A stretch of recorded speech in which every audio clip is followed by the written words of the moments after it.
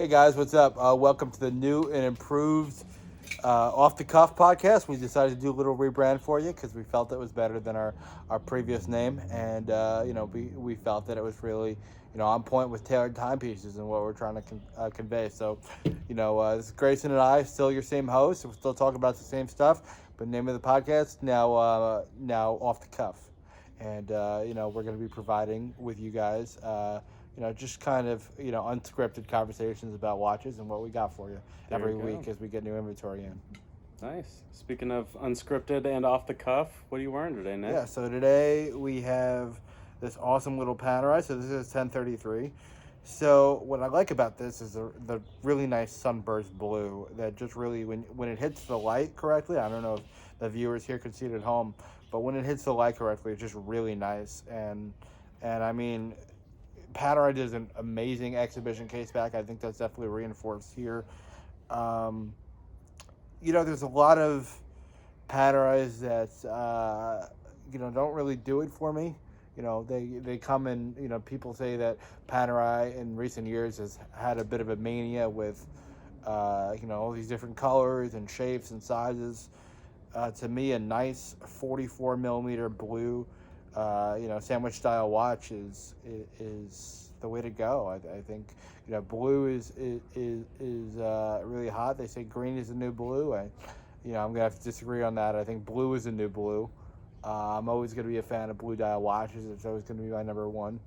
And contrary to the 911 that I keep in my personal collection, I think this 1033, especially in these fall months, really goes with a lot of stuff from a visual perspective. Yeah, 100%. I think that dial's a showstopper, and yeah, blue's always going to be in. The radiance of the dial is incredible. You can see it from across the room. Yeah. And I think something that Panerai is maybe a bit underrated on, and I'd like to see your perspective on this, Nick. Their straps are amazing. Yeah. Not only the rubber straps, but you see this gorgeous, I believe it's an alligator strap on this Panerai here. This deep, rich, dark blue color. It's amazing. It's beautiful. Yeah, I think Panerai, especially, a lot of people get into Panerai for the straps alone. Everyone says that bracelet is where it's at. I think, honestly, even though the Panerai, especially Grayson's got a submersible on where, a lot of people will see that on bracelet. I think, just the versatility of different straps, whether it's crocodile like we have here or just plain, tan leather or, they have ostrich and things like that. There's a lot of people that in recent years have come out with their own strap line, which is awesome and we appreciate it. But I think, as far as OEM goes, Panerai, there's just something a bit more supple than your average watch brand when it comes to, what's on the wrist. 100%. And, when you think of watches, when you think of brands that are really strap monsters, I think Panerai is probably top of that list, right? Yeah. There's certain other watches, the Speedmaster comes to mind, that looks good on pretty much any kind of strap. Yeah. But I think most Panerais, especially Luminors, you can put it on anything. You can even put it on some sort of NATO, a nice leather strap. You can put it on a rubber strap if you're looking to be more sporty or actually take it in the water. It kind of looks good on everything. Yeah, I mean, Panerai, it was originally, meant to be that, mariner watch coming from, the Italian Navy back in the, World War I and II. So, if it ain't broke, don't fix it and use it for its intended purpose. Awesome. Well, let's dive into the watches here, Nick. What do we got here today? So, speaking of, a little bit more of a ocean vibe and more of a, summer watch. As we're coming towards the end of the summer months here, and technically it's fall, but the way it is in New York, it's been real warm. Until recently, we have this beautiful Seamaster. So this is the America's Cup, and just the vibrance of obviously it's got the red, white, and blue to symbolize America and the colors that our nation does hold. It's 45.5 millimeters, and I mean it's just really a nice piece. It's the bevels on the watch and the strap itself. It's a bit more tucked in and a little bit more what's the word? A little Refined? bit more. Yeah, a little. Well, no, it's a little bit more. you know, curved in, so you can kind of you'll be able to wear it. And I mean, Fits just well on the wrist. yeah, it fits well on the wrist, and I think it doesn't flare out. Things with a lot of Omegas is Mm. you wear the bracelet and it flares out, and something like this, I think it's beautiful, and it has both the versatility and the functionality in mind. I mean, you got a full ceramic over here, and the bezel, it just it turns, and if anyone could see this here, and I think it's awesome. It was created you know um, to honor the America's Cup tradition, and that is a big ceremony that happens. And this watch was first minted in 2020. This is a 2020 model as well, but I mean, just the vibrance of the colors, and Omega is pretty much known for the vibrance of their colors, and the versatility of their watches. um, I think it's just freaking cool. I mean, if nothing else, to get into watches, if nothing else, just get into watches that you think are freaking cool. And I think this really ticks that box for me. Yeah, I think this is, to your point, the perfect summer watch. I mean, it's a beautiful rubber strap. That's America's colors, red, white, and blue. This is definitely the piece you'd wear on the 4th of July. And I think with, how offices are getting casual these days, this is a watch that you can wear in the office and out to the pool and on vacation in the summer. So I think this is a great piece, a ton of value. And yet, to your earlier point, even though it's 45 plus millimeters, it doesn't wear that big, right? Because of the strap, the integrated strap that falls directly down on the wrist. You could probably wear this on a wrist as small as, call it 6.5 inches. So I think this is a great piece, and Omega always brings a lot of value for what you're paying for it.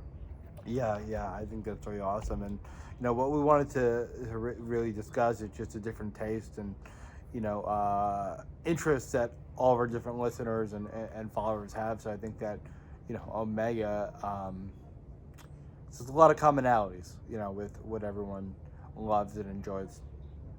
Awesome. What's next? So what we have next for you is, we actually have two interesting pieces. And I know in the past, Grayson and I have talked about our dislike for, those copycat watches and those watches that take inspiration from other brands. If you look at like a Panis and a Panerai. But, every once in a while we do get some stuff on trade here. So, we have for you a Seiko, and it's a Seiko Submariner.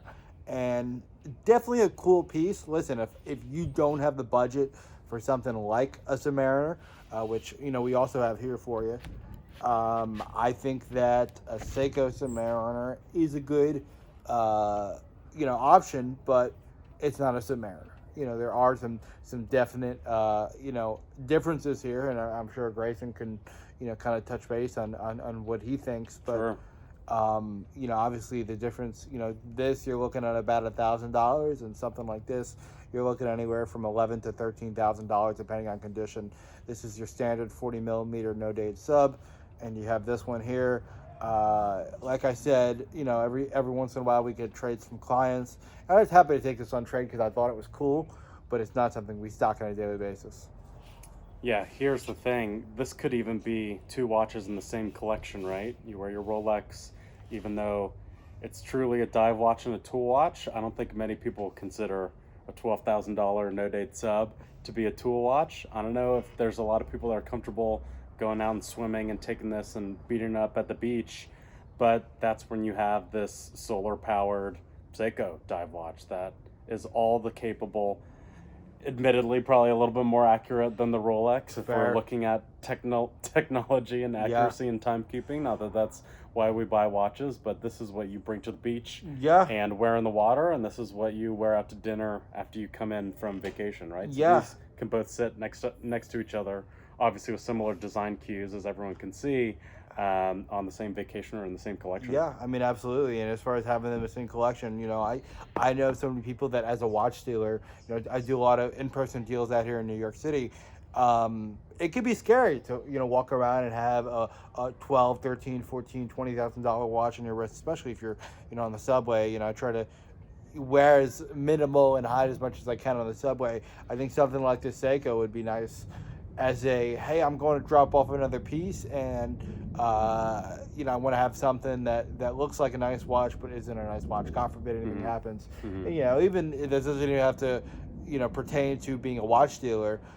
Maybe you're a chef, maybe you work at a high-end restaurant and you want to wear something cool, and but you're gonna get it all dirty, you're gonna get smuts, and you're gonna scratch it up. You don't want that on a Submariner, but something that looks like a Submariner that you don't mind getting a little dirty. Maybe you polished it once every other month. You don't care that it's got that over polished finish to it. Maybe that Seiko is right for you. Again, I'm going to stick to my firm belief that you should always get the watch if you can afford to get the watch and not get the copycat. Sure. But the different strokes for different folks, and everybody likes what they like. 100%. I totally agree, and I think there's a place for watches of all ranges. I mean, we talked about an Omega, a Seiko, a Rolex. Those are three different price points, and I think even a collector that has the Rolex can also appreciate something like a Seiko for how innovative of a brand they've been. Yeah, and the last watch that we wanted to talk about is actually something you have on your wrist right now. Why don't you tell us a little bit about that? Yeah, I'm rocking a 44 millimeter Luminor submersible from Panerai. I think Panerai is a favorite brand of tailored timepieces that we like to continuously stock, because it's a brand that's on the up and up. Their design language has stayed pretty consistent with this Luminor. It's a functional design, but it's a strong masculine design as well. And if you have the wrist for it, I think it packs a lot of presence while also being a watch that, like the submersible, if you have it on a nice leather strap, you can wear it in the office. And if you put it on a leather strap, it is much more than capable than handling a pool or a quick dive in the ocean. So I think this is a great piece that's really versatile, and you can wear as an everyday wear. Great. Well, I think that concludes, our first episode back from our long hiatus under our new, off the cuff podcast. And man, I would very much encourage you to check out our inventory over at tailoredtimepieces.com. And we'd love to connect with you on other platforms. So we have an Instagram at tailored_timepieces. Feel free to reach out there. Any questions that you have, about these pieces or any pieces that we have, or if you just want to chat with us about watches, we would love to discuss that with you. Absolutely. See you next time. Bye-bye. I'm getting eaten alive. Yeah, I by have so many mosquitoes.